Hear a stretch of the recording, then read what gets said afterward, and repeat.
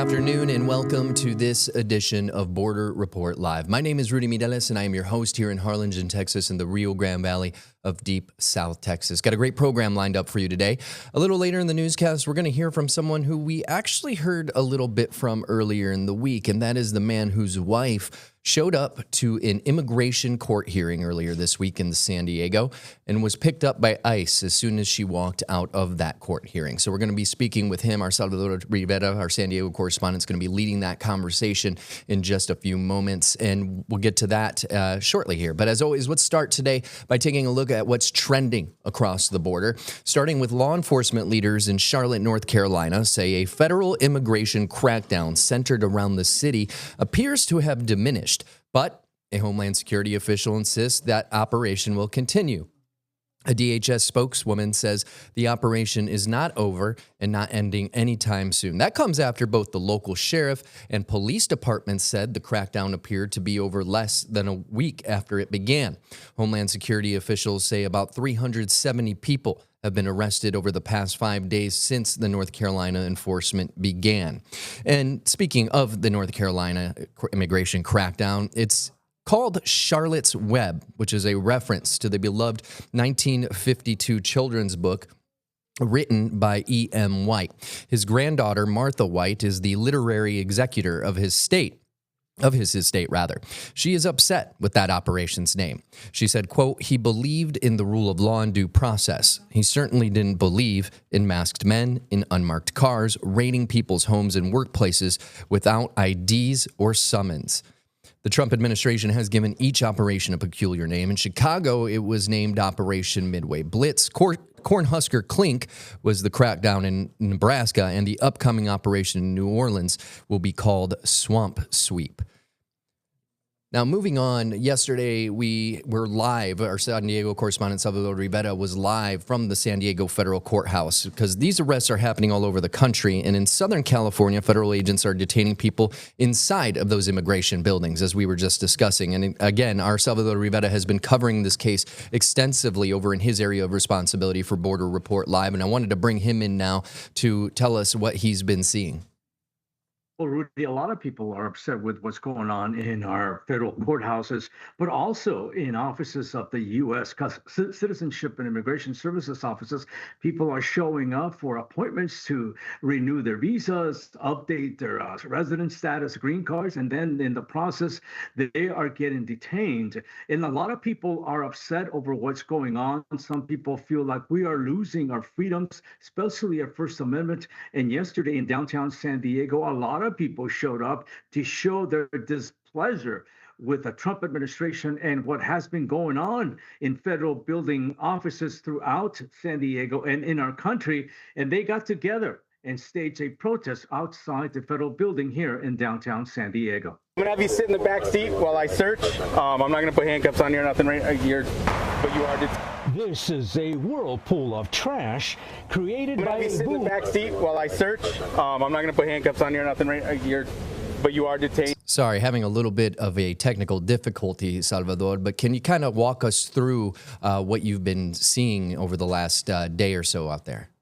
Of course, people were outside. There was about 80 people who were marching, protesting. There were speeches, there was a rally, signs, protesting, criticizing the Trump administration and the way ICE is handling these apprehensions. Good, honest, hardworking people are showing up for their interviews, their appointments, and then they are being detained for apparently no good reason. Some people say that these agents are lurking in the shadows, in the hallways, corridors of these federal offices, and they just snap up and then they take people away. And that's what happened to a man named Hanne Daguman, who is from San Diego.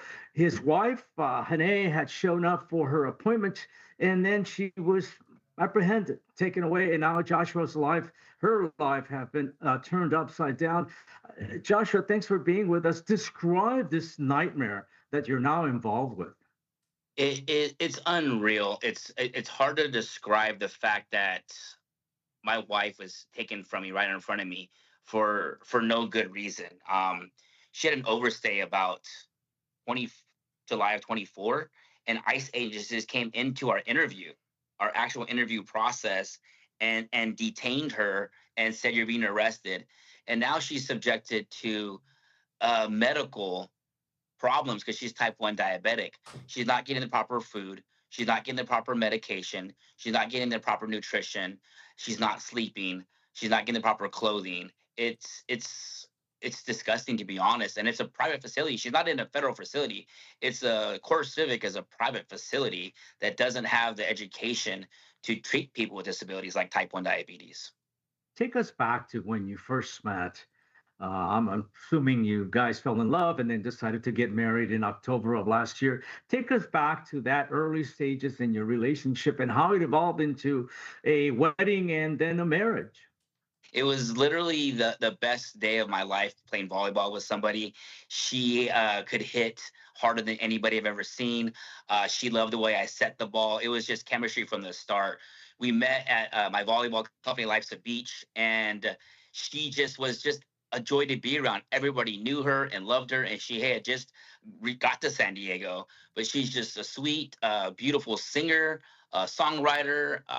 Doesn't really do anything wrong except for maybe want to have a cookie once in a while, but she'll take insulin for that. And unfortunately, they don't have insulin in that place. But we fell in love, got married, and our wedding was with like over 350 people at the place we play volleyball.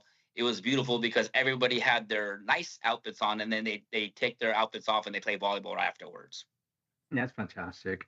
So she came to this country in 2022 with a student visa. Take us through what happened after that student visa expired, and I believe she got a work visa. Correct. The OPT work visa. She worked for a company called Weston Jean Boucher, a clothing line, and loved it.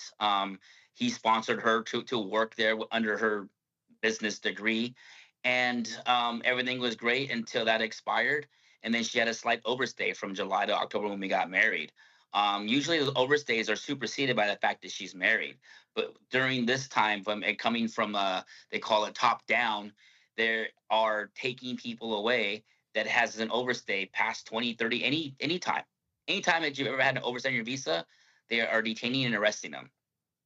Tell us what was going on earlier in the week where you went to the U.S. Citizenship and Immigration Services offices in downtown San Diego. Tell us what the appointment was about and then what transpired as you spoke to a personnel from the USCIS office there. So yeah, we get there and everything seems great. We go to our appointment. There's a number of people in the late waiting room. A good number of people who came in and never came out. So there's lobbies full of people. They're going into these corridors and they're not coming back out. We go into our interview, and about an hour and a half later, when it seems to be finished, once my wife had said she had an overstay on her visa, the lady who was doing our interview had kind of tears in her eyes and said, "There's ICE agents here to see you." Our ICE agents were actually nice. They said you have some time to say goodbye. You get 2 minutes to say goodbye. And they didn't really handle her at all. And I was just breaking down, crying. It was difficult for me. She looks at me and says, "Be strong for me, please." I still broke down. And then I reached out to my community. And thank goodness for the news teams. Like your story got out there and people started reaching out and showing support. So I have Congresswoman Sarah Jacobs' office on it too. I had people reaching out to Alex Padilla, people reaching out to Gavin Newsom, the embassy of Norway from DC and San Fran reaching out. Newsweek has doing an article. And also in the detention center, there's people there that don't want to reach out. There's people from Australia, from Canada that don't want their story known. So this could have been going on for a little while because everyone's afraid to speak up and everyone's afraid to speak out. And there's so much fear right now. Even people who are helping me now are saying, "I can't write a letter of support. I can't put my name on the front lines, but I can do it behind the scenes." Even though they're U.S. citizens and they're legal, they're still afraid that something may come out of it. Now, you are a U.S. citizen, as we know. So technically, she gets a little more leeway than perhaps someone who had a spouse who is not a U.S. citizen. Can I explain that part of the process and what you are hearing from an attorney about this and how this might be a positive in your wife's case?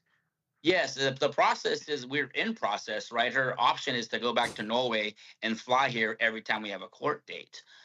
Since she married a legal citizen, she's able to stay in this country because we're in process. We're in an authorized state. we are able to be here because she's married to me. We've been married for over a year and a half now. So the process is that we have to fill all this paperwork out. We paid $3,000 to this agency that had her arrested, kind of in a sense, and to another agency now. But according to everything else that's been done by attorneys, this is not something that has ever been done before in the past, which seems to be the temperature of the climate of the whole entire United States. And they say, luckily, we're in a good detention center. Some are even worse than this, and that she's okay. But they don't know she's type 1 diabetic. They don't know that she is dying inside without her insulin, or if she eats the food, she's dying inside because it's too high. We're going to Describe that. Oh, Go ahead, so, Rudy. so sorry, Salvador, but we're going to take just a real quick break. Stay with us. Border Report Live is back in 1 minute. Spin message.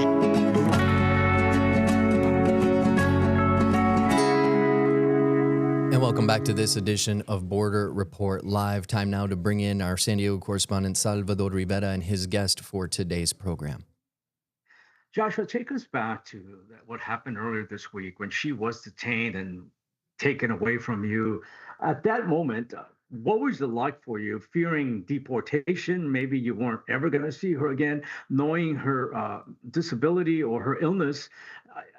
Describe the shock and the worry that you are going through and what happened at that point when you saw the agents physically taking her away. That's as you can see, it's tough to do. It's going back to that feeling is something that you never want to have anybody experience. The emotions are just overwhelming, to say the least. You don't know what to do. You feel helpless. You literally feel helpless, and that your future is taken away from you. You've built a family together, and you don't know if you're ever going to see your wife again. Is something that you never want anybody to experience right in front of you, and you can't stop it from happening. And it's like it's a lot of doubt, a lot of fear, and a lot of emotions. Um, Leaving in a lot of support, and as you can see, I'm sorry, but I tear up whenever I think about that time because she was strong for me, and she said I needed to be strong for her. So I haven't stopped the fight. I wake up at about 4:30, 5 o'clock in the morning, and I'm answering emails and text messages and to different Congress women and men and governors. I'm talking to every single advocacy group I can. And then I go to bed around midnight or 1 o'clock in the morning. I do it again. So for the past 5 days, this has been my full-time job, is just to get my wife out, get her support, and get the lawyer that I have, Alex Suman Nasiri, is just amazing. He was recommended by the former mayor of Coronado, Richard Bailey, and he answers my emails at 11:30 at night. He answers my calls whenever and text messages immediately. So that's the only light that I have, is a great attorney at our court hearing coming up here at 8:30 a.m. On Monday. But at 1 o'clock is the bond hearing. But it's been a roller coaster, to say the least. And I get choked up just with the amount of support and love from the community. Over 1,000 people have come together and donated and sent money via Venmo to help with the legal fees, which is definitely needed because it's very expensive. Joshua, describe Hanne's struggles at the Otay Mesa Detention Center in terms of trying to get adequate nutrition and the care, the insulin that she might need. Talk about how you were fearing for her, how she's describing how all the stuff that she's getting fed is nothing but carbohydrates, stuff that you described as poison for her. It is. It's bread, it's pasta, it's rice, it's potatoes, it's oatmeal and grits and cream of wheat and things of that nature. Inexpensive carbohydrates that fill. She gets less than an egg for breakfast. She gets a small amount of protein. And as a type 1 diabetic, if you're going to consume that type of cookies and cakes, you need to take insulin in advance in order to work with your body to be able to digest that.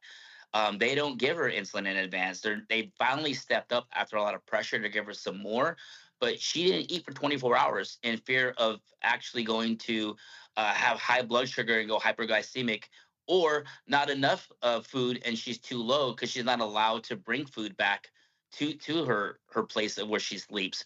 But also the commissary is closed, only open 1 day a week to purchase things like protein, like tuna packets. Her inmates are sharing food with her so she can survive. And the commissaries again closed this Sunday because of Thanksgiving. And she has $350 in her account to spend, but she can't spend it because the store is not open. So it's like being trapped in a store that you can't purchase anything and you can't eat food, otherwise it will kill you. And you said that access to medical care is very difficult for her and the others who are also in the same type of predicament, right? Correct. There's somebody in there with lung cancer that can't get her medication. A mother who's trying to breastfeed and can't get a breastfeed pump. She doesn't get access to the correct insulin levels. They don't get the right macros. There's so much going on there that needs to be educated. I mean, I understand people who are criminals getting detained, but at least give the proper medical care. At least give what they need to survive the 5 days that more that she'll be there. It's not like they're dogs in a kennel. They're human beings that did nothing wrong. Mhm. A lot of people will say, perhaps people who are watching, that there's no way that ICE, our government, can be this cruel to human beings. But obviously, you have a different take on what people might be thinking about their government and the Trump administration. They are just arresting them, right? And they're sending them to a facility. So Core Civic is a private facility, and now that private facility is government funded. Now that facility should be able to get medical care. They should be trained. When you respond to them and write to them, they say you get 3 nutritious meals, but that's not true. And when they respond to you, it's actually a copy and pasted response. I have over 20 responses to them, and the same exact response comes back. So it's not like they're actually listening to what's going on. But ICE is just finding any way to grab people because they need arrest numbers up. And then within 2 weeks, they release them. But in the meantime, when they're sent to the detention center, it's a hazard. It's a danger to certain people's lives. And again, these are people with no criminal records, nothing negative in their backgrounds, just somebody who wants to be in the United States of America and make a life with a person she loves. My So, wife came here at 21 years old, and then she's now 24. All she does is like to play volleyball, be with my dog, and volunteer in the community as much as possible with the volleyball community. And that's pretty much it. She doesn't do anything wrong at all. have you thought, and forgive me for bringing this up, of what life might be like without her here in the States? Have you thought of maybe having to move to Norway, for example? It's unimaginable. It's something you don't want to think about, but I'm gonna spend every last dollar I have to keep her here. I'm going to work morning, noon, and night to keep her here. If I have to move to Norway, I'd move to Norway because why would I want to live here without her, or why would I want to live in a country that does this to their citizens? Because they're doing it to me, not just to her. She's my legal wife. We're bona fide marriage. Um, that's not a place I want to be. I have a great life here also, but without her, my life isn't great. Yeah.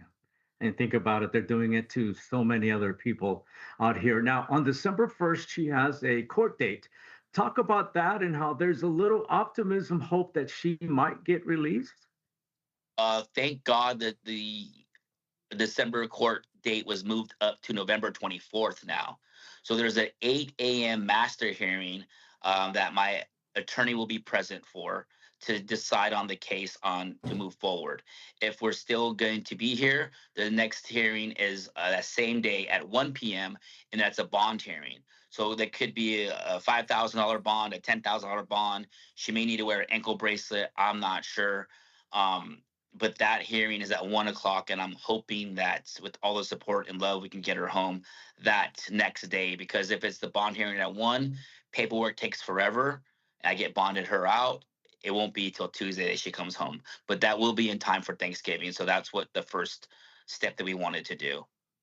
Okay. And describe, you talked about you're willing to spend your life savings, everything you have to get her out.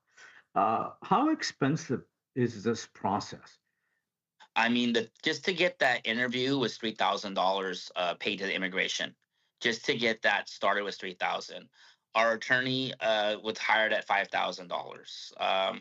The bond, we don't know what it is yet. It could be 5,000. It could be 10,000. Then we have to go to court after these 2 hearings. We then have 3 more appearances or 4 more appearances for the immigration court to finish out her green card status. So all that costs a lot of money. And it seems just like there's legal fee after legal fee for this. But yeah, I'm willing to do whatever it takes. Uh, we've had a very good outpour of people helping us out financially. My family has been huge with that. And we're going to start a GoFundMe here pretty soon because it's just way too much in legal fees. And I want to be able to fight the good fight. At first, I was afraid because we just got back from Hawaii. We just got back from family reunion in Hawaii, and we're excited about this Monday interview. We're gonna have our next steps, and now we can't even celebrate that together. How are you communicating with her? How often can you talk to her? Describe the difficulty just wanting to actually see her and what it entails at the Otay Mesa Detention Center. You have to download a number of different apps, like 4 apps to communicate. Each message you send is 35 cents. Each message you send has to be approved, so it's in a pending status. Once she reads it and responds to me, it's also in a pending status. So your messages are delayed. And it's 35 cents a message, and if she calls me, it's 22 cents a minute. And I've loaded on hundreds of dollars already. I don't care how much it costs, but I want to make sure my wife is taken care of and is safe. And I'm documenting everything because I want to bring a lawsuit against Core Civic, that private facility, and how they're treating their detainees. Sir, I did want to ask one question before we wrap up here. And you talked about reaching out to people, politicians at all different levels, federal, state level, even municipal level, looking for help with this situation, advocacy groups as well. If you had a direct line to the president, President Trump, what would you tell him? Have a heart. Have a heart. This isn't right. All right. Well, thank you so much, sir. We appreciate your time today, and good luck with everything that you have coming on Monday morning. We've been speaking with Mr. Joshua Daguman, his wife, who was detained at a federal court hearing for her immigration status. We appreciate your time today, sir. Thank you so much. Stay with us. Border Report Live will be back in 1 minute.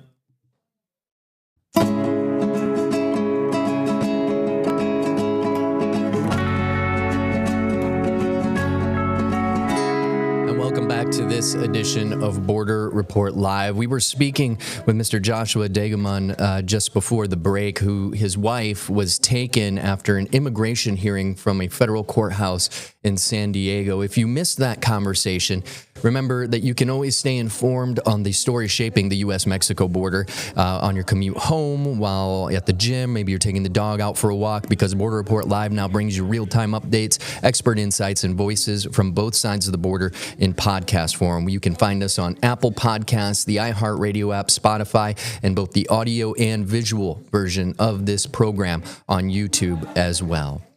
We got one more quick story, maybe two, to tell you about here before we leave. The Supreme Court met today to decide if they're going to tackle the issue of birthright citizenship. President Donald Trump's order declaring that children born to parents who are in the United States illegally or temporarily are not American citizens. The justices could say as soon as Monday whether or not they will hear Trump's appeal of multiple lower court rulings that have already uniformly struck down those citizenship restrictions. They have not taken effect anywhere in the United States yet. We'll keep you updated on Monday here on Border Report Live on the outcome. And just for a little context, if they do decide to take up the president's appeal to those lower courts' decisions, what will most likely happen is the arguments would happen sometime in the spring, and we could expect a ruling from the Supreme Court justices sometime in June or early July. So again, we'll stay on top of this issue for you and keep you up to date right here on Border Report Live and, of course, on borderreport.com. And one last story to tell you about before we go for the day. Fatima Bosch Fernandez of Mexico has been crowned Miss Universe 2025. Her victory comes after a dramatic pageant in Bangkok marked by controversy and solidarity.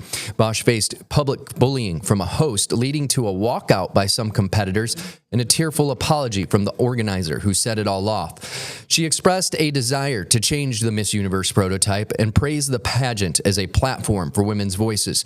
Her home state of Tabasco partied into the night. This morning, Mexican President Claudia Sheinbaum is celebrated Bosch's victory. Sheinbaum applauded Bosch as an example for women during her daily news briefing today. She also praised Bosch for speaking up against injustice. And just a reminder before we go, check out our partners at Political Power Rankers, a show that breaks down who's up and who's down in the world of politics based on data. You can find more at abc27.com or your local Nexstar station site. For Salvador Rivera in San Diego, my name is Rudy Mireles in Harlingen. We'll see you next time.